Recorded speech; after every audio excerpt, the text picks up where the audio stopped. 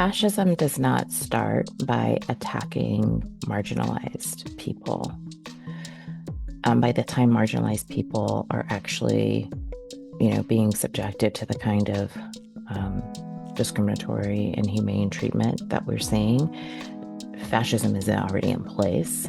Fascism starts with people demonizing education and access to information. We call it fake news.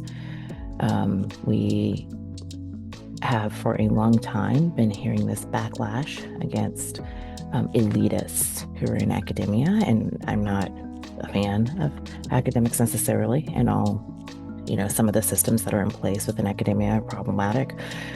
But when we start saying that the purpose of an education is solely to go get a job, and not to have some sort of context for being an informed citizen and understanding what's happening around you, that's a problem.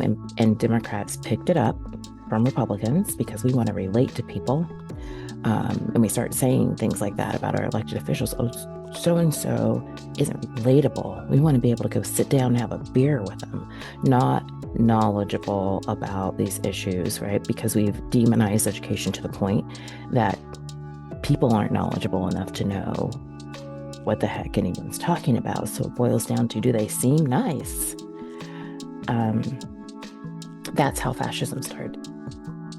Then what happens is they build on existing prejudices.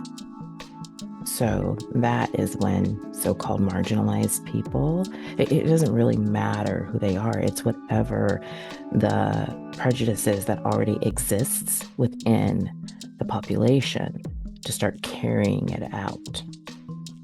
So we, again, as Democrats, have created fascism, and now we want to say, oh no, it just started. No.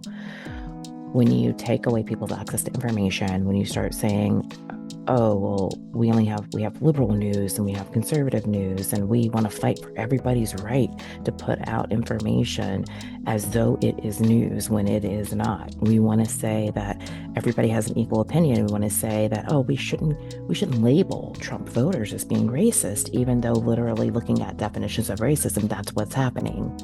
We created the fascism.